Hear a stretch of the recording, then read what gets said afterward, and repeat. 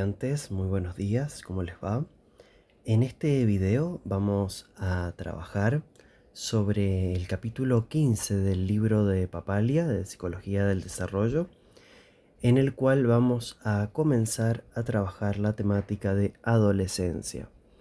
Como ustedes verán en el libro, capítulo 15, 16 y 17 están destinadas a la etapa vital de la adolescencia. Capítulo 15 es desarrollo físico y salud, capítulo 16 desarrollo cognitivo y capítulo 17 desarrollo psicosocial. De más está recordarles que este video es una guía, un apoyo para su proceso de estudio, pero que siempre es fundamental ir al texto, leer el texto, buscar las palabras que no entiendan, subrayar, hacer un resumen, utilizar marcadores. Todas esas van a ser técnicas de estudios que les van a permitir a ustedes estudiar mejor la materia, aprenderla mejor y incorporar la información y los contenidos de esta materia para que les perduren luego a ustedes para su práctica laboral, profesional posterior. Bien, comencemos. En primer lugar, vamos a encontrar en este texto un pequeño apartado que dice lo siguiente. Adolescencia. En la adolescencia cambia la apariencia de los jóvenes debido a los sucesos hormonales de la pubertad. Sus cuerpos adquieren una apariencia adulta. También cambia su pensamiento. Son más capaces de pensar en términos abstractos e hipotéticos. Y sus sentimientos cambian acerca de casi todo. Todas las áreas del desarrollo convergen a medida que los adolescentes enfrentan su principal tarea, establecer una identidad, en la que se incluye la sexual, que llegará hasta la adultez. En los capítulos 15, 16 y 17 veremos la manera en que los adolescentes incorporan los cambios drásticos en su apariencia, los deseos físicos que le causan confusión y sus nuevas capacidades cognitivas acerca de su sentido del yo. Veremos los riesgos y problemas que surgen durante sus años de adolescencia, al igual que las fortalezas características de los adolescentes. Bien, esto es una especie de resumen, de anticipación de lo que va a tratar estos 3 capítulos que abordaremos en este video y en sucesivos videos. En este nos vamos a enfocar en el capítulo 15 y en videos posteriores nos enfocaremos en el 16 y el 17. Avancemos un poquito. Fíjense que avanzando un poco sobre el texto vamos a encontrar una definición de adolescencia. Ya en videos anteriores, si ustedes han visto los videos anteriores que están subidos a este canal de YouTube sobre adolescencia, van a ver que está la definición de adolescencia, pubertad y pubescencia. Bueno, acá vamos a encontrar una definición de adolescencia y también de pubertad, y se va a mencionar la cuestión brevemente de la pubescencia. Pero fíjense la definición que nos da de adolescencia el texto. Dice: transición del desarrollo entre la infancia y la adultez, que implica cambios físicos, cognitivos y psicosociales importantes. Transición entre la infancia y la adultez. Bueno, esta definición es un poquito problemática desde mi punto de vista. No estoy del todo de acuerdo, porque fíjense que es una definición por la negativa. Es como decir que es una mesa. Una mesa no es una silla. Bueno, la adolescencia no es la infancia y no es la adultez. Y lo plantea como transición y no como una etapa en sí mismo, ¿no? La adolescencia a esta altura del siglo XXI no es un momento de transición, sino una etapa consolidada.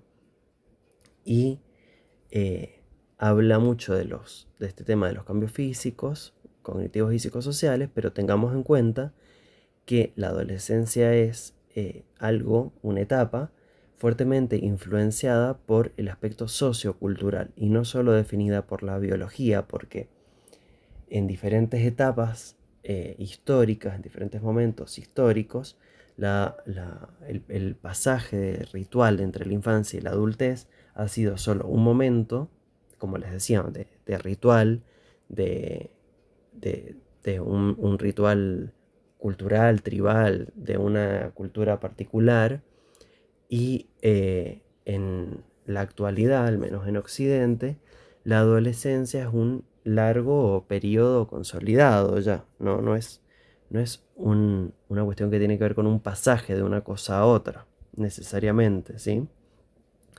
Eh, entonces, la adolescencia está fuertemente marcada por los aspectos socioculturales, porque en distintas culturas la adolescencia dura distinto tiempo, en algunas es solo un ritual, un pasaje de la infancia a la adultez, y en otras, como las sociedades occidentales y occidentalizadas contemporáneas, es una etapa de una duración cada vez más prolongada.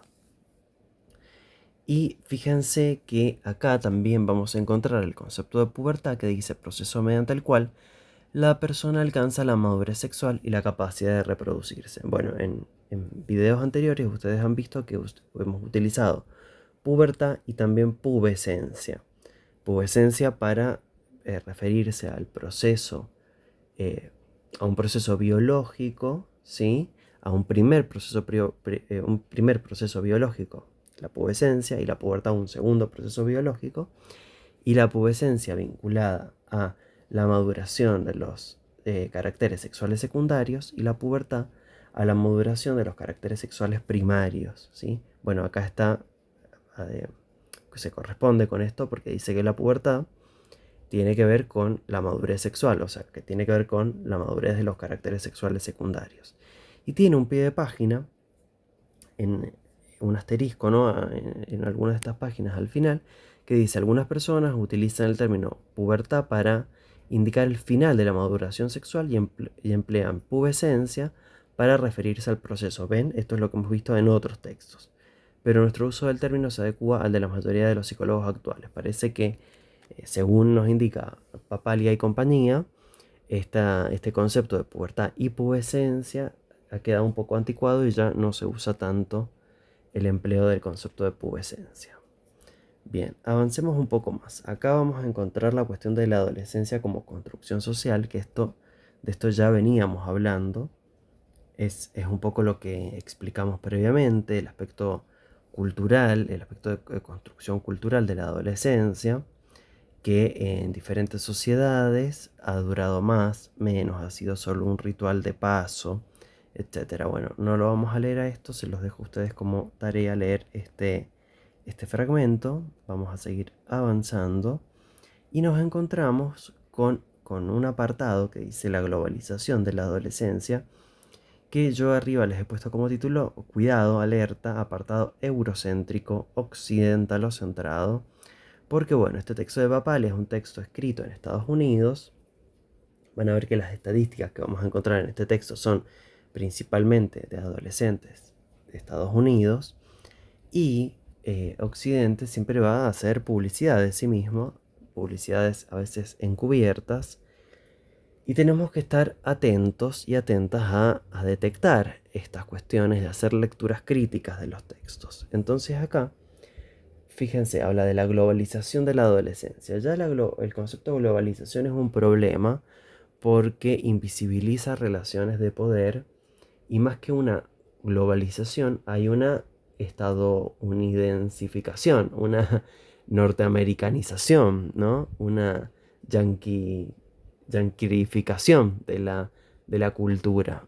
Porque la idea de globalización o de aldea global implica que ahora todos estamos mucho más interconectados, que es más fácil viajar a cualquier parte del mundo, lo cual no es del todo cierto, porque no todas las personas pueden viajar a todas partes del mundo. Depende de los ingresos y depende del PBI de los países, y depende de lo caro que sea viajar a ciertos lugares. Entonces, las personas que viajan no son homogéneamente de todas partes del mundo y viajan hacia todas las partes del mundo.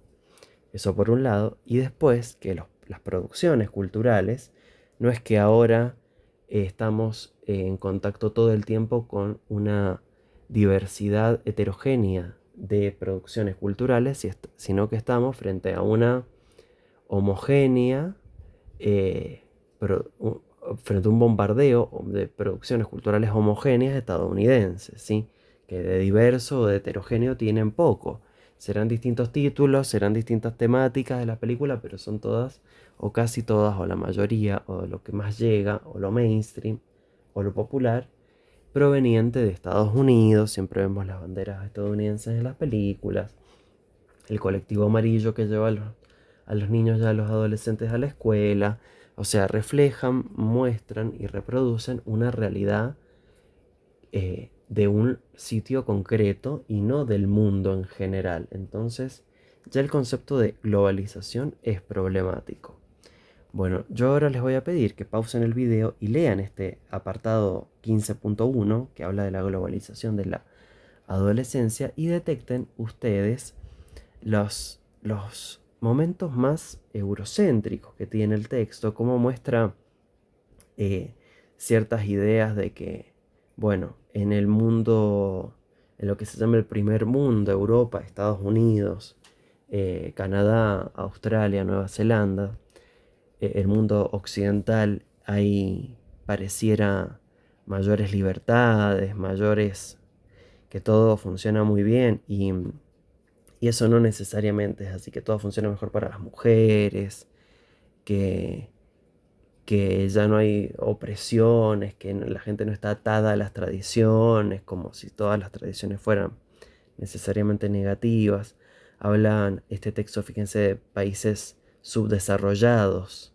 Primero, el concepto de países subdesarrollados tiene un problema que es que pensar que hay una línea unidireccional de desarrollo y de progreso donde están los países subdesarrollados en vías de desarrollo y que se llega finalmente a los países desarrollados, como si eso fuera una línea de tiempo necesaria, indiscutible, una sucesión evolutiva, y eso no es así. Hay que repensar el concepto de desarrollo porque trae muchos problemas, sobre todo medioambientales. La idea de desarrollo tal como se plantea desde el occidente capitalista. Y después, además de que es un problema la noción de subdesarrollo por eso, es un problema porque también sigue invisibilizando que han existido procesos de conquista, colonización, saqueos y genocidios por parte de Europa principalmente hacia otros territorios. Entonces, más que países y zonas subdesarrolladas, hay países subdesarrolladores de otros. O sea, no es que Sudamérica o Latinoamérica y África y parte de Asia están subdesarrollados, sino que están saqueados por los subdesarrolladores, que son los que se han podido desarrollar a partir de lo extraído eh, en los procesos coloniales. Bueno, todas esas cosas y muchas más son posibles de pensar de manera crítica, habiendo tenido lecturas que habiliten un pensamiento no eurocéntrico, lecturas como el filósofo mendocino Enrique Dussel, que les recomiendo mucho. Bien, entonces esta cuestión de los países subdesarrollados, miren, acá hay un fragmento que dice: a pesar de las fuerzas de la globalización y la modernización, los niños y los niños preadolescentes en algunas sociedades menos desarrolladas siguen una ruta tradicional. Estas jóvenes escolares de Teherán, claro, hay una foto de ahí que no la puse, celebran la ceremonia de Taklif, que señala su disposición a comenzar los deberes religiosos en el Islam. Bueno, acá también hay un problema, porque muchas veces lo que se ve como sociedades atrasadas, tradicionales, pero en el sentido negativo de la palabra tradicional, como fijadas a tradiciones opresivas o represivas de las personas que limitan su libertad, muchas veces lo que se ve ahí en esas sociedades, en realidad no es tanto sociedades que siempre han sido así, sino sociedades que han sido transformadas y que actualmente son así, pero que han sido o han podido ser mucho más modernas y liberales, pero que producto de, por ejemplo, invasiones estadounidenses o producto de financiamientos estadounidenses a sectores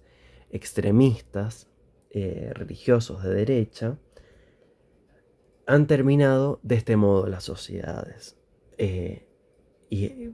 islámicas, vamos a decir, por decirlo de alguna manera. O sea, ¿qué quiero decir con esto? Por ejemplo, Estados Unidos ha financiado grupos como Al-Qaeda inicialmente para su combate contra Rusia, todas cuestiones geopolíticas, y luego Al-Qaeda se termina dando vuelta y termina estando contra Estados Unidos, pero todo ese proceso cultural de volverse más reaccionario, más conservador, fue también muchas veces en la historia de Medio Oriente impulsado, sostenido, financiado por Estados Unidos para intereses momentáneos geopolíticos de ese país. Entonces, no es que siempre Medio Oriente ha sido un lugar, ni necesariamente lo es actualmente, eso es un estereotipo de opresión de todas las mujeres, sino que han habido procesos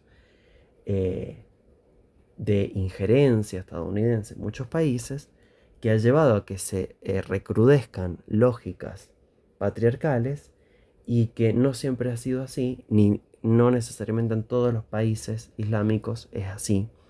Eso habría que estudiarlo bien en detalle, pero como para decir algo en general e inicialmente, en términos como muy generales y muy vagos, podríamos decir esto para no caer en el razonamiento eurocéntrico y occidental de pensar que hay un solo modo de desarrollo y de modo de vida posible y que el resto es atraso, subdesarrollo, opresión, etc.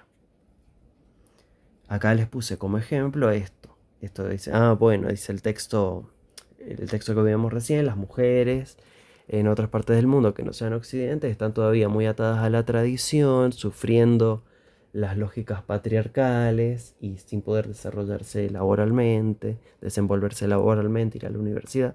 Bueno, de acá les pongo ejemplos tanto de la década del 60 como actuales de los abusos sexuales hacia las mujeres en las universidades de Estados Unidos, que parece que eso no pasara, eso lo invisibiliza el texto de Papali. Bueno, no me voy a detener más en esto porque ha quedado muy largo, pero me parecía a mí importante, leyendo este texto estadounidense desde Sudamérica, hacer adendas, hacer análisis críticos, hacer análisis no occidental centrados del texto y no creerse e incorporar acríticamente todo lo que dice el texto. Pero bueno, ya se ha hecho muy largo, podríamos profundizar más, estudiarlo más, pero con esto está bien. Riesgos en la adolescencia. Este texto dice, los adolescentes se enfrentan peligros para su bienestar físico y mental, incluyendo altas tasas de mortalidad por accidentes, homicidios y suicidios. Ya vamos a ver más adelante en profundidad eso. ¿Cómo comienza la pubertad? Cambios hormonales.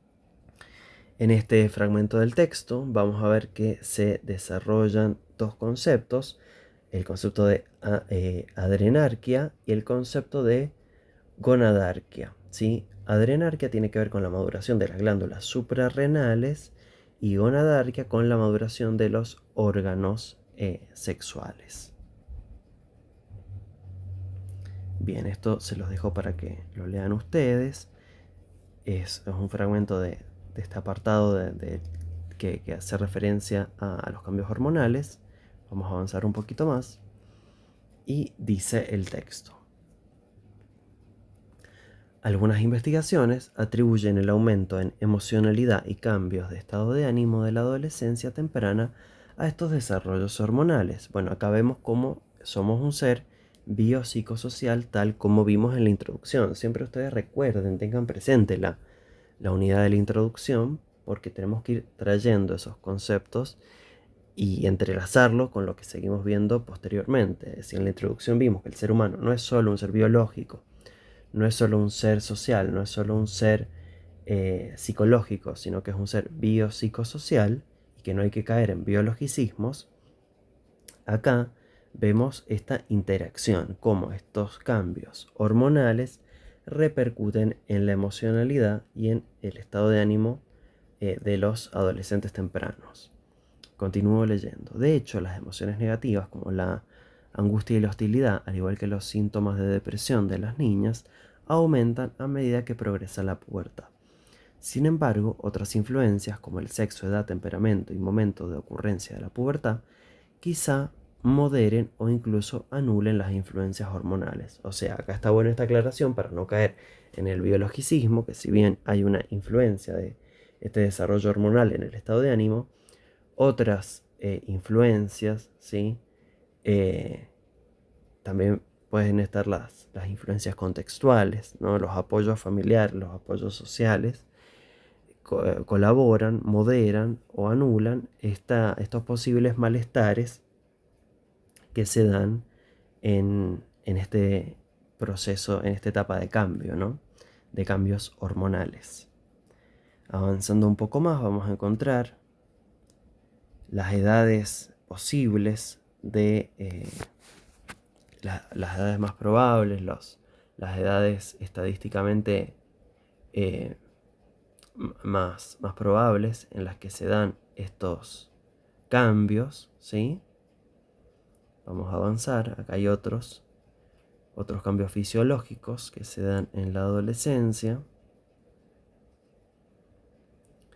Y vamos a encontrarnos posteriormente con las características sexuales primarias y las características sexuales secundarias. Ya hemos mencionado un poco esto brevemente en este video hace un rato. Y acá tenemos que decir, entonces vamos a leer que las características sexuales primarias son los órganos necesarios para la reproducción, ¿sí? Recuerden que habíamos visto antes que la madurez de esto tiene que ver con el concepto de pubertad y las características sexuales secundarias con el concepto de pubescencia, según otros autores. Entonces, las características sexuales primarias tienen que ver con la madurez de los órganos necesarios para la reproducción.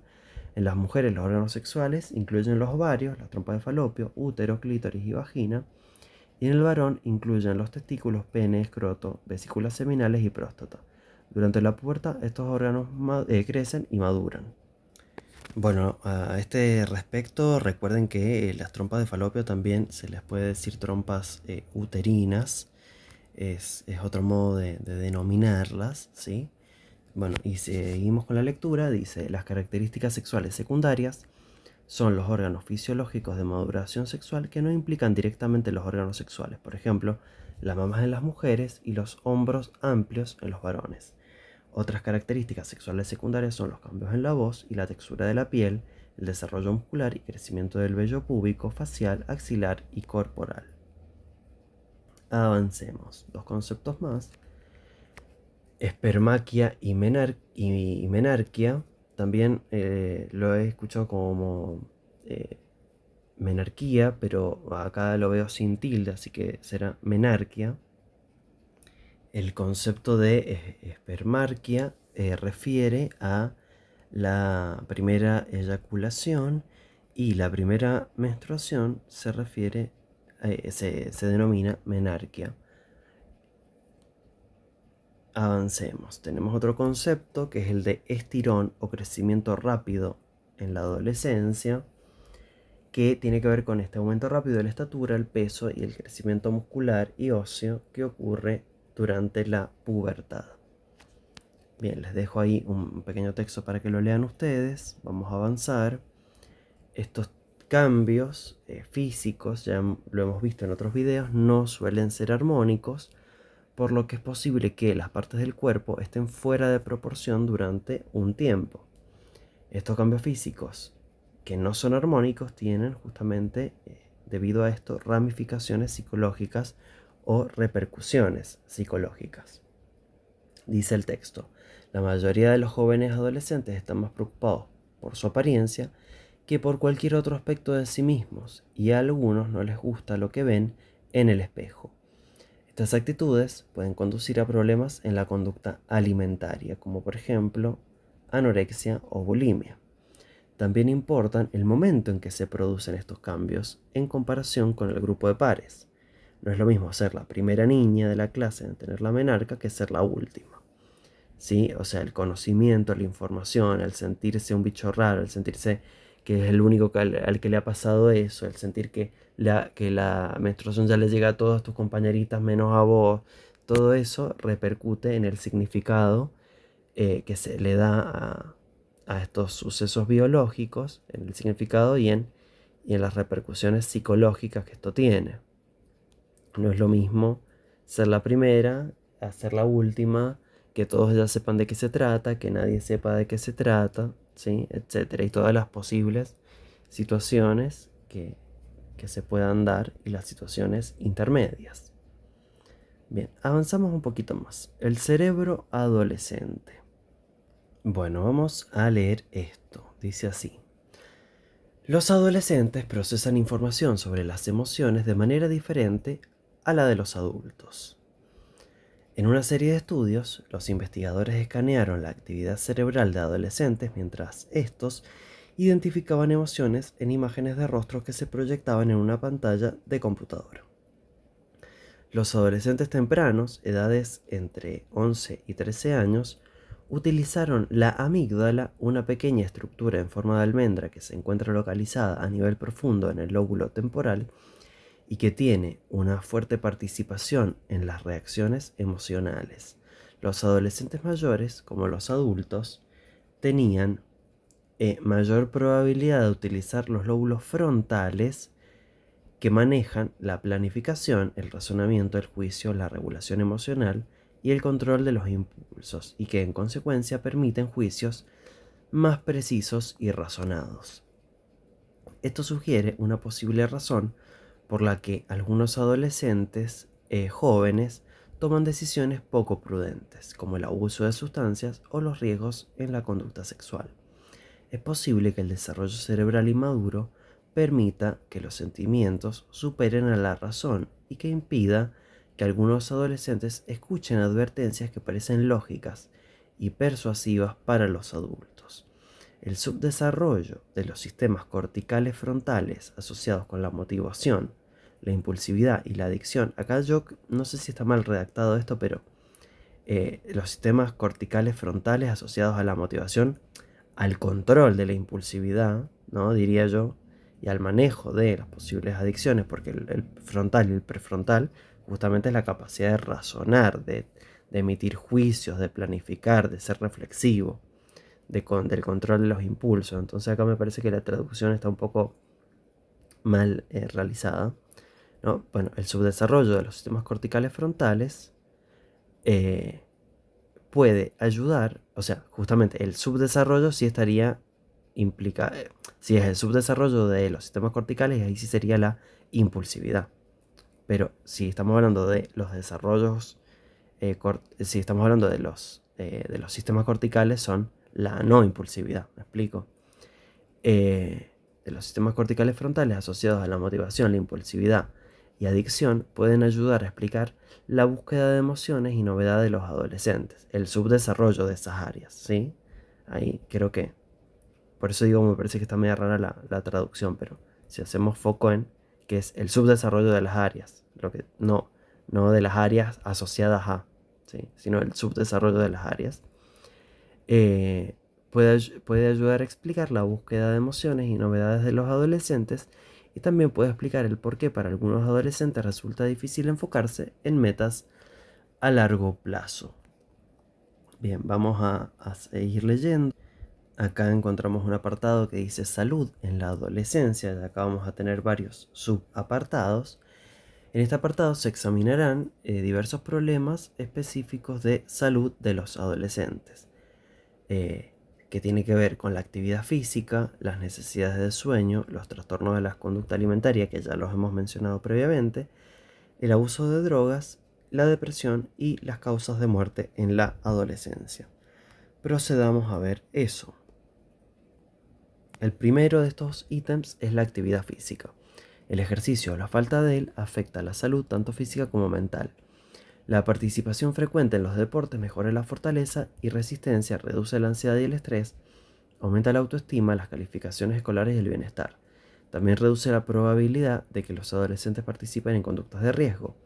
Incluso la actividad física moderada tiene beneficios para la salud si se realiza con regularidad, por lo menos 30 minutos casi diarios. Un estilo de vida sedentario que continúa hasta la adultez puede dar por resultado un aumento del riesgo de sobrepeso, cardiopatías, cáncer y diabetes tipo 2, que es un problema creciente en niños y adolescentes. El segundo ítem es necesidades de sueño. La privación de sueño entre adolescentes se considera una epidemia. El adolescente promedio que dormía más de 10 horas por noche a los 9 años duerme menos de 8 horas cuando llega a los 16 años. Como resultado, muchos adolescentes dormitan o se quedan dormidos en clase. De hecho, los adolescentes necesitan tantas o más horas de sueño que cuando eran más jóvenes. La privación de sueño puede socavar la motivación y provocar irritabilidad, y es posible que la concentración y el rendimiento escolar sufran sus efectos. La somnolencia también puede ser mortal para los conductores adolescentes. Los estudios encontraron que los jóvenes entre 16 y 29 años tienen mayor probabilidad de verse implicado en choques provocados porque el conductor se ha quedado dormido al volante. ¿Por qué los adolescentes se quedan despiertos hasta tarde? Es posible que necesiten hacer tarea de la escuela, que quieran hablar por teléfono con sus amigos o navegar por internet, o que deseen actuar como adultos. Sin embargo, los cambios fisiológicos también son importantes. El horario de secreción de la hormona melatonina es un indicador del momento en que el cerebro está listo para dormir. Después de la pubertad, esta secreción ocurre más tarde, en la noche. En consecuencia, los adolescentes necesitan ir más tarde a dormir y se despiertan más tarde que los niños menores. Sin embargo, la mayoría de las escuelas secundarias comienzan sus labores antes que las primarias. Estos horarios están fuera de sincronía con los ritmos biológicos de los alumnos. Los adolescentes tienden a estar menos alerta y más estresados en la mañana y más atentos, supongo que querrá decir acá también, ¿no? Con esta alerta que en español tiene otra connotación, durante la tarde. Comenzar más tarde la escuela, o cuando menos ofrecer las clases difíciles en un horario posterior del día, ayudaría a mejorar la concentración de los alumnos. Tercer ítem: nutrición y trastornos de la conducta alimentaria. Bueno, acá vamos a saltear un poco, les dejo esto para que lo lean ustedes. Van a encontrar que hay dos trastornos, además de la obesidad acá planteada, hay dos trastornos típicos que son la anorexia y la bulimia, que se da mayormente en mujeres, pero no exclusivamente en mujeres. Así que acá tenemos estos dos trastornos. Vamos a pasar al siguiente: uso y abuso de drogas. También solo lo vamos a mencionar. Depresión, esto me parece importante, una aclaración que se hace acá, que es que la depresión en los jóvenes no necesariamente aparece como tristeza, como aparecería en nuestro arquetipo o en el estereotipo de la depresión que tenemos en relación a los adultos, ¿no? Sino que puede aparecer o presentarse o manifestarse como irritabilidad, aburrimiento o incapacidad para experimentar placer. Y por último tenemos la muerte en la adolescencia, que dice que en Estados Unidos el 71% de las muertes entre personas de 10 a 24 años son resultado de choques en vehículos motores, otras son por lesiones no intencionales, homicidio y suicidio. La frecuencia de muertes violentas en este grupo etario refleja una cultura de la violencia, al igual que la inexperiencia e inmadurez de los adolescentes, que con frecuencia tienden a asumir riesgos y a comportarse de manera imprudente. Entonces, accidentes automovilísticos, homicidios, suicidios. Al respecto, me parece importante tomarnos un momento para pausar y reflexionar sobre esto, sobre la seguridad vial y sus efectos en la salud. Un porcentaje muy grande de camas de los hospitales están destinados a personas que han sido víctimas o que han tenido un accidente de tránsito. Ocupan muchos recursos del hospital, que siempre son limitados, que en este mundo que pone el capital en el centro de la existencia, no pone la salud y la vida. Entonces los recursos en los hospitales suelen ser limitados y es muy importante administrarlos bien, y siempre la prevención nos puede ayudar a esto. Entonces poder estar conscientes de los riesgos de los vehículos, entender que un auto es un arma, que puede ser un arma, que muchas familias quedan destrozadas y que tienen que estar muchos años para repararse después de una muerte violenta por accidentes de tránsito. Tener en cuenta eso nos puede, y ser muy conscientes de eso, nos puede ayudar a enfrentar eh, el volante de una manera más prudente, más cautelosa, más responsable, y evitar arruinar vidas ajenas o propias, ¿sí? Es muy importante saber que los autos son o pueden ser armas, que los autos tienen que respetar a los ciclistas y a los peatones, y que los ciclistas y las motos también tienen que respetar a los peatones, que se tiene que priorizar al que va más vulnerable en la vía pública.